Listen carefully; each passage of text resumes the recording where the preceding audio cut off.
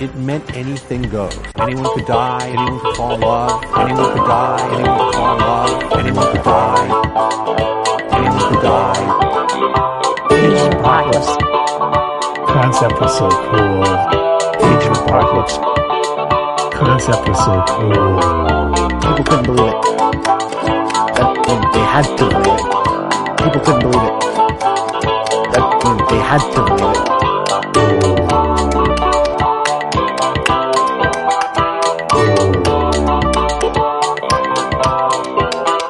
Everything that you had come to know and love. Out the window. Everything that you had come to know and love. Out the window. Everything that you had come to know and love. Out the window.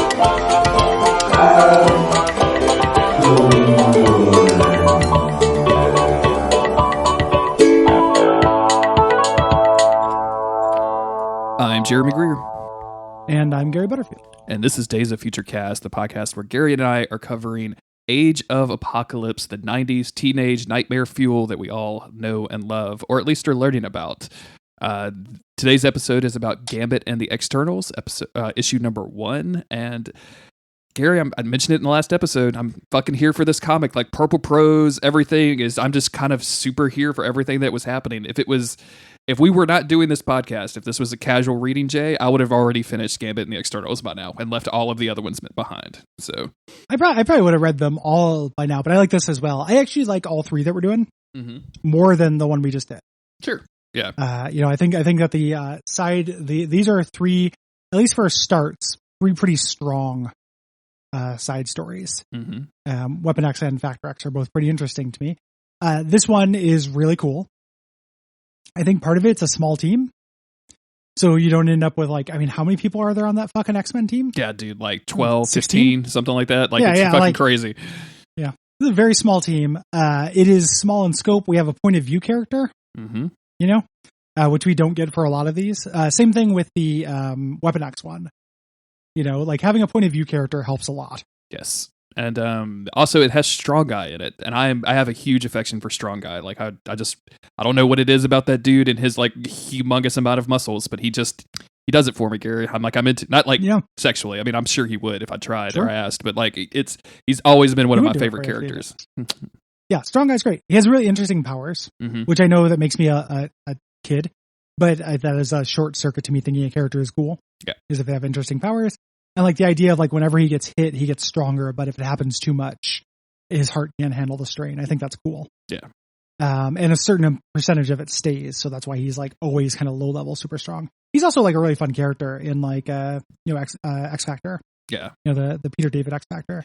Man, you want I love Gambit. You just casually mentioned X-Men Souls games, but imagine a class of Strong Guy, right, where you can't get hit too much or you explode. You know what I'm saying? Yeah. You get stronger. It's a balance where you have to get hit, but to get strong. But yeah, man, I don't want to. This is so off topic as to be, a different zip code. But I've been playing that Dark Souls 3 mod, Cinders. Highly recommended. If anyone's ever going to replay Dark Souls 3, that is the way to do it. A million interesting little decisions in it. And one of the things is they introduce a bunch of new Tearstone rings.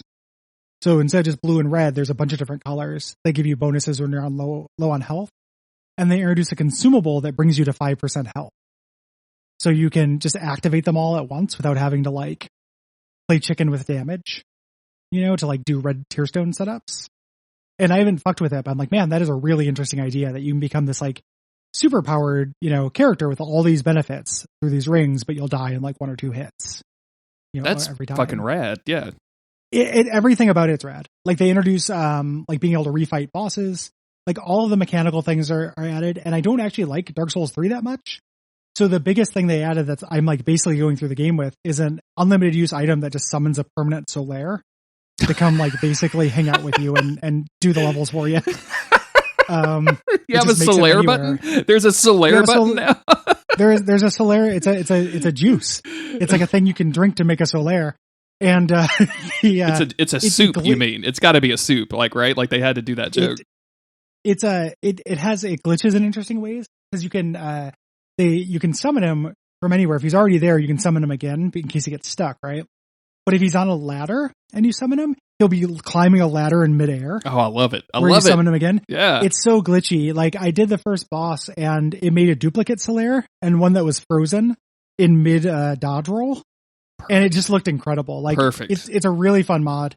I'm really, really enjoying my time with it. I'm going to play a lot of it later, and I can't wait to put it out for patrons. If the next gen consoles don't come with controllers that just have a Solaire button, I'm not buying any of them. Like, not a single. Like, I don't. If there's no Solaire button, there's no sale. Is what I'm saying. PS Solaire is what I want. the Play Solaire, Play Solaire 5. Honestly, what I want the XMB, except I want it to be a Solaire media bar. I just want the whole interface to be Solaire. Yeah, Solaire. I understand Solaire is like the big meme, and everyone's like, "Oh, Solaire is actually not that good." No, he's real fun. He's super great. I like that. Yeah, I like that doofy guy. That dude straight up flirts with you in Dark Souls 1. It's awesome. It's really great. Yeah, he's got that coy giggle. Speaking of coy giggles, Gambit. So we got a new team on this in terms of art and writing. As we mentioned, this is Fabian Naitsieza. I've never known how to pronounce that name, and I apologize. I'm not doing it intentionally out of disrespect. And then the artist is Tony Daniel, who I was not really familiar with. This guy. This is very 90s house style. Kind of in like the pointy face school of 90s X-Men art. But I like it. I do too. I like it a lot. Yeah, it's very detailed, but clear blocking. Like, it is fairly easy to tell where people are. Good dynamic poses, pretty decent expression work. You can't really see it on the cover, but when you get to the first page, part of Jubilee's design is she has little X-wings coming off of her shoes, and I just wanted to mention this because Autumn has a pair of wing shoes like this that she uses for Mardi Gras. But it was super surreal seeing like, Jubilee has these shoes that Autumn bought bought in like literal 2020 to go to Mardi Gras with. So it's coming back. So yeah, we start out with Jubilee. She's on the run. She's thinking back to her 6th birthday, where she was celebrating with candles and birthday cake while Apocalypse was dropping atomic bombs on America and took away everything. She's on the run because she's stolen some medical supplies, and she's being chased by by Apocalypse's Infinites. And we're gonna have this prelates. No, she says Infinites. I know. She says Infinites now. No, I know. I'm just gaslighting you softly. Jesus Christ! With my song. What is that guy's name again? What was it? Yes. And she sees a wanted poster for Gambit. In this world, like, they're really leaning into the Gambit, like Robin Hood kind of thing. And Julie's like internal monologue is like she regrets the decision. She talks about how she like gets a choice. Like, in this world, when you're a mutant, they try to recruit you. Like, they basically come to you and they're like, "Hey, do you want to work for Apocalypse?" And if you say no, you become an outlaw and they try to kill you. So that's what all the X-Men and all these freedom fighters are. Yeah. Gambit basically recruited her, like, live on the edge, rob from the rich, give to the poor, help out the humans. She mentioned Everett dying without the chance to fight back. This is Sync from Generation X. Is that Everett? I believe. Okay. And we don't get to see Everett. He showed up in Generation Next when they talked about the Chrono variant mutants. Okay. Because Everett can copy any mutant's power, so he would be able to do time travel. Oh, yeah, that makes sense. But he was eliminated. So nice little bit of continuity. Cool. The Infinites, or what she calls goose-stepping infinite march along. She's going to call them like different varieties of geese or goose throughout this, which I can kind of get behind. Like, I'm kind of into this. Like, it feels very 2020 anarchy kind of. Oh yeah. Well, and then Strong Guy calls them brown shirts. Yeah, exactly. This is the comic that is underlining the fascism part of this. And yeah, so as she is about to face off with them, her teammates show up, and Strongman just smashes one into the ground, and then the other guy whose name I have totally forgotten, Sunspot, Sunspot, starts shooting people with the black solar rays that slice through the cold Manhattan air. Like, how good is that? It's good. They also get brutally engulfed within a miniature black hole. Yeah, dude. His powers do a lot of stuff. Love it. Yeah, this is good for Sunspot as well, because I think that the costume design here is taking some cues from Rainfire. You know Rainfire? I don't know. I was reading X-Force at the time when this came out. I was a big X-Force guy, and that's what this comic is based on, even though it only has a couple characters in common with X-Force. And Rainfire was the leader of the Mutant Liberation Front and was this weird alternate version of Sunfire, like a split personality or something. I don't remember all the Rainfire continuity of this, but I think that's what this is referring to. Like this is his kind of evil form from that. I do like it though. Like it's got some red like fire stripes and blades going every which way, and his hair is all going crazy, and he's got like this black solar rays coming off of him. Oh, that's just dope. It's very good. Cool design. Yeah. Both Strong Guy and Sunspot are like concerned about Jubilee's well-being, and we get our first kind of example of you don't have to baby me all the time. Like I can take care of myself. Like this is going to be a running theme of Jubilee being maybe just a little bit too young and a little bit too reticent to be on this team. Yeah. Yep. So they kind of reflect a little bit on their situation and start making their way through the city, past Apocalypse's gigantic boot-shaped eyesore. It's like a White Castle in the middle of Manhattan. It's horrible. The burger place, the White Castle. Yeah. Yeah. You know how ugly those things are? Like how you have a normal city with regular buildings and you put a White Castle. What if, right in the middle of it? What if the only building available was an old Pizza Hut and we had to put the White Castle in the old Pizza Hut? Would that be better, or would that make the White Castle better or worse? Imagine living in an abandoned White Castle. Yeah. So they talk about, they're making their way towards this area, and we're getting a little bit, and the reason why this is a good comic in comparison to the rest of them is because it's spending some time on world building and shit. Yeah. For as much as I don't love Fabian Nicieza, like he's doing good work here. Like he's talking about, they're heading to this place where, the Temple of Human Redress, which is, when you're human, you're second class citizen. You're not officially being called. That's a secret.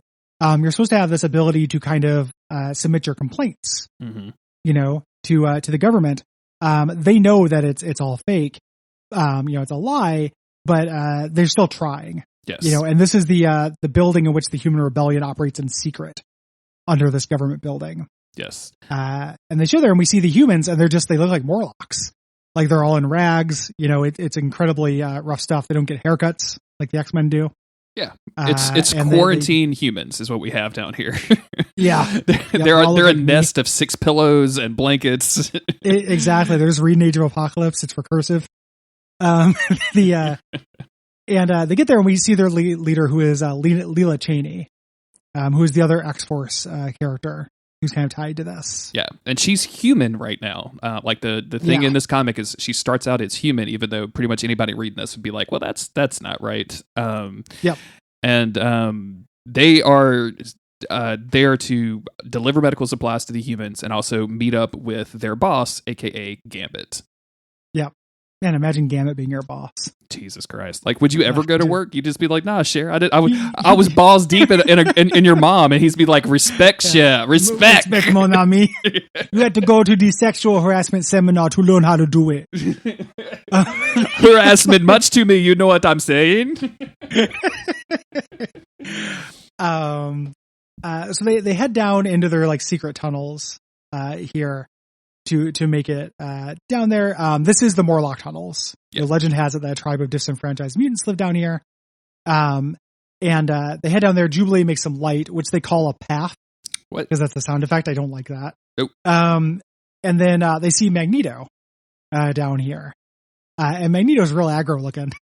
He looks very like he looks like he's ready for a fight. And yeah. I guess there's some bad blood between the X-Ternals and the X-Men because everybody draws down, including Sunspot and Jubilee, and everybody's getting ready for a big old fight when Gambit shows up, strikes a match, and is like, Eric didn't come down here looking for you guys. He came here looking for me. Like, we have business together. Yep. Really leaning into the dialogue, which I love it. We learn a little bit about Gambit's backstory here. He was adopted in the Thieves Guild under Cassandra, but Holocaust slew that guild the immortal benefactor. So if you remember the Teves and Atassins, yes, Holocaust took care of that.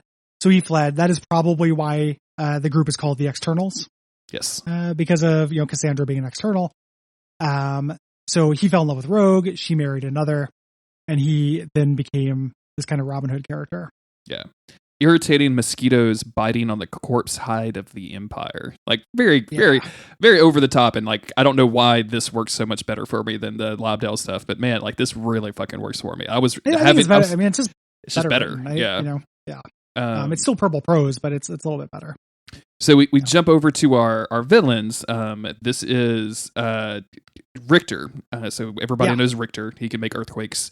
Richter is like a kind of middle management dude and has sent out this team of people to get Jubilee, but of course Jubilee and the X-Ternals got away. So Richter is saying, well, the prelates are here, like, and if I catch the X-Ternals while they're here, I'll get promoted. Like he's just straight up middle management guy at this point. He's a muter.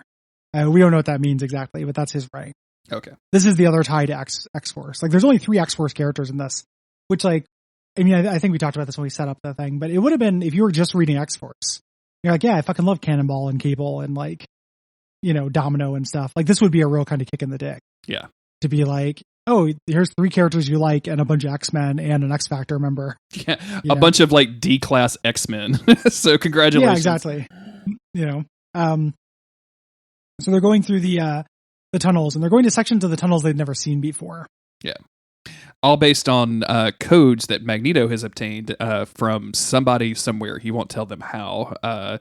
And here it's revealed that Gambino, did I just say Gambino? Jesus Christ. You just call him Gambino. I called him Gambino. In my defense, I don't mean childish Gambino. I literally just bought a cake for our wedding anniversary at Gambino's. So I've just had it.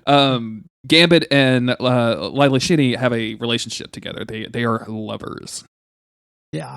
Yep. And also we get a little bit of a subplot here where Strong Guy does not like it.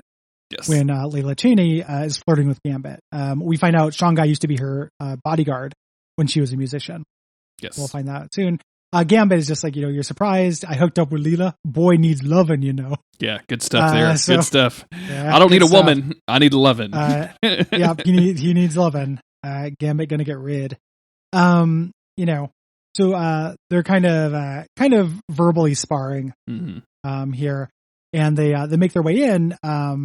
Sunspot's like, this is definitely a trap.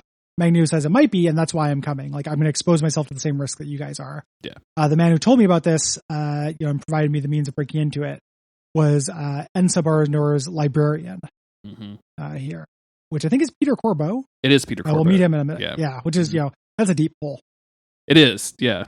It's very much a deep pull, and it's fun seeing him just pop up in this weird kind of librarian role. Magneto says that he can trust Peter Corbeau because he saved his life once, and it's revealed that Lila Cheney is also somebody that Magneto saved, like when she was a kid. He pulled her out of the asylum. So yeah, yep.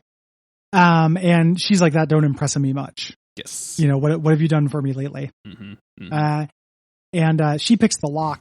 You want to throw any more Shania Twain songs in there? Like that's all the Shania Twain I got, man. Impressing me not. I get that song stuck in my head with alarming frequency.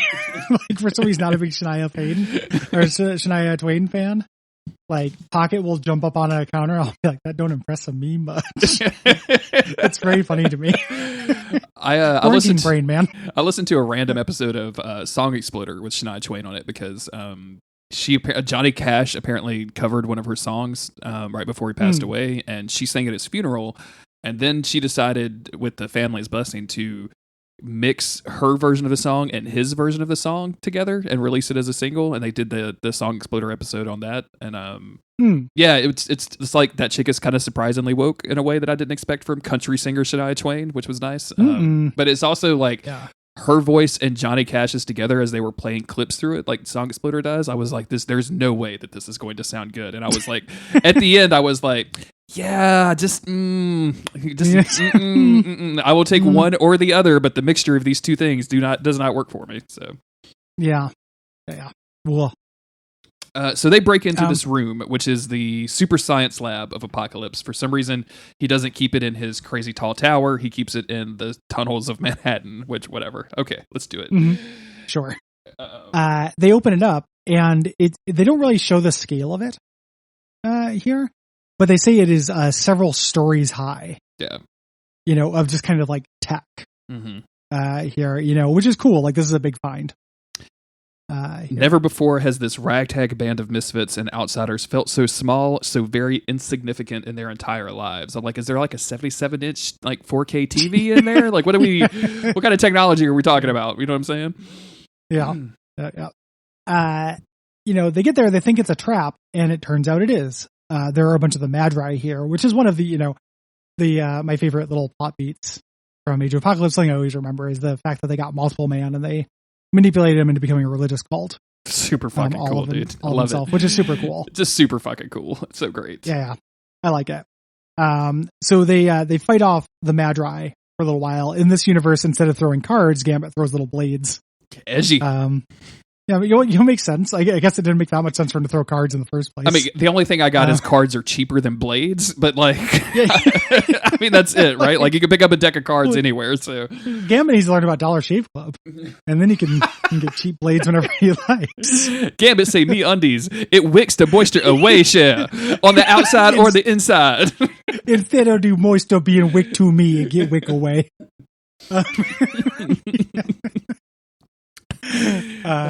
Man. Yeah. He gets to do some cool, like, edgy internet atheist where he says, "Scat share, you know how I am about religious in general." Yeah. Or religion in general. So he does not like religion. Of course he does. Detail thrown in there. Yeah. So they're basically starting to fight these Magi when Magneto says, actually, like, I will take care of this. You have another job to do. Like, we're here for something else. Like, you guys need to let me handle this. And we get some more, like, fighting back and forth and things like that before they finally knock some of them, of these Magi out, but not all of them. Yeah, and the little characterization bits is that Jubilee knocked them out without killing them. Yeah. And leaves them breathing, and Gambit approves of this. Yes. Like them being merciful, here. Magneto runs into Peter Corbeau here, who he had contacted because it's a desperate situation. They don't have very much time. More Magi are coming, and Magneto explains about their mission. They have to go grab the Macran crystal. Corbeau has been looking for this place called Shi'ar Space, the Shi'ar Galaxy. Yes. Apocalypse, his celestial ship was destroyed years ago, and this is the remains. So they can learn about the Shi'ar to go steal this gem in outer space. Yeah. It's a heist movie, Gary. We're getting the gang back together for one last caper. Exactly. So before they can get into outer space, which, Lila is immediately like, there's no way I'm going out there. Like, but Magneto says, actually, you're going to be the one taking everybody on this journey. And it's revealed that at some point in the asylum, she was scared from her dormant mutant properties. And so she blocked herself off from them. So they're going to put like a PSVR headset on her and show her that Resident Evil kitchen demo and be like, all right, I'm good. I will teleport out of here if you just make this thing go away. So yeah. What they give her, they show her a cybernetic link to the chamber's navigational charts. When you see the stars, your self-imposed mental blocks will fall. Yeah, of course. That's the way it works. Why. Yeah. Looking at a poster you buy in the NASA gift shop basically awakens your mutant powers. But it does. She can now do, because Leela Cheney, for people who don't know, her whole thing is she teleports, but only really long distances. Yeah. She can't teleport across the room like Nightcrawler. She can teleport like planet to planet. So they think it's killing her. It is ripping off all of her clothing for some reason. Hell yeah, it is. Yes, like a really. I would have done this years ago, Sherry. It's just it's a bizarre move and 90s and cheesecake. But this is as this is happening, she's they're talking about stealing the jewel. She's getting her powers, and they get attacked by an earthquake. And it's Richter showing up with an incredibly wide pecs and incredibly thin wrist. And just like real weird art, shirtless, with his gang of Infinites. This dude is definitely having to get custom tailored shirts. Like you don't go from like a 27W to like a shoulder width of 176 without having to make a phone call to a tailor. You know what I'm saying? He's also he's got Anthony Kiedis' haircut with his like twin braids in the back. Like make a quake now. Give it a quake. And they start this is where Magneto's like, I'll take care of Richter. Get the hell out of here. Like, go get the I the jumped job. the gun a little bit, yeah. Yeah, that's okay. And yeah, this is Magneto's basically like, oh, these guys are nuisances. I can handle that while you go teleport. I will just shout out that Jubilee says "sick 'em hunk" at one point, which is like kind of part of my brand. So very good, Jubilee. Appreciate that. Yeah. At one point, Jubilee threatens to send a feet pic, which is part of your brand. And yeah, I get it. We don't choose our brands, Gary. Our brands choose us. Just know that. It's like how you should be suspicious if anyone chooses their own nickname, Oh, of course. Yeah. Yeah. So the Leela Cheney opens up a portal. All the X-Ternals get sucked in to get sent there. And Richter chases them and jumps in the portal. Magneto tries to stop him, but Richter has gone along with them. Yeah. And teleported along with them. So he's going to be chasing them as they do this caper. Love this the split panel of Magneto's face where you just can't see his nose, but you see like all of the weird connective tissue between his teeth. Like I know that's supposed to be saliva, but like that definitely just looks like tissue. It looks like a white tissue. Yeah. So his teeth are gooey. Yeah, his teeth have gotten kind of melty in the it's like when you kind of half bake cookie dough. You know what I'm saying? You don't finish it. Oh man, yeah. You get that crispy outside with that real gooey inside. That's Magneto's teeth right now. That is Magneto's teeth. That's what they based it on when they made the cookies. Yeah. So then that's basically the end of the issue. Like Magneto's soliloquy is a little bit longer. Yes. Here, but we got our setup. Magneto is going to hold off everybody and go back to his business. And the X-Ternals are off in space doing Shi'ar shit. Yeah. And but in an alternate universe. And Corbo sets a self-destruct sequence on this science lab. So Apocalypse is going to find out about it and probably kill him for doing so. But at least he won't have his science lab. And that's how Peter Corbo gets his own back against Apocalypse. Yeah. Yep. I can't wait to see how the death of Xavier affected such Super Guardians stuff. And Neosaur. Yeah, you think Lilandra is just going to be real horned up? Like she's just going to be like, man, I wish I could find one bald guy in the universe to really satisfy me. Why do you think they sent Gambit? Like they just know that Lilandra has not gotten laid in 10,000 space years. Dude, Lilandra is like Space Karen. Like Gambit's going to show up with some seasoned salt and some cayenne pepper, and she's going to be like, "No, thank you. I do not. I want to speak to a manager." It's pink Himalayan salt share. I bought it from the airport. I'm looking for the Imicron crystal. I bought you other crystals in exchange. Crystal for crystal. Oh, that's dude. The Gambit way. I know you're a reality food television show junkie just like I am. I am. I was watching Top Chef recently, and it's the brand new season where they bring back some old contestants or whatever. And there's like one of the worst people I've ever seen on a reality show, and then two of the women on it, and they're apparently all bonding over their crystals. And so like they're all showing each other their crystals, and like they're standing at a window, and finally like this obnoxious dude like turns around and he grabs his crystal. He's like, "All right, guys, these are all charged up. Let's just go have a good day." And I wanted to fucking strangle somebody. And like no shame at all if you're into crystals, like that's your thing. I don't care. Like I don't. But like the idea that this dude grabbed it was like, "All right, it's all charged up. Let's go use them." I'm like, yeah, that's very like live in a bad anime kind of thing to me. Like. That's what that feels like to me. Whew, not good, man. Not good. Yeah, dislike. If you don't like crystals, you can go to Duckfeed.tv /Patreon, which I think is still a thing that would exist. Donate a couple of bucks per month to us and get all kinds of cool benefits. You can also rate and review the show on iTunes. That's a huge help for us. And also just tell your friends. Like if you have friends that are into X-Men, send them our way. We'd be glad to hang out with them. Yeah, we would really appreciate that. We want more people to listen to the show. Reaction has been positive. This change, we really appreciate that as well. Yes. I think that's probably about it. That's it. Have a good evening. Thank you, everybody. Take Stay care of safe yourself. out there. Absolutely.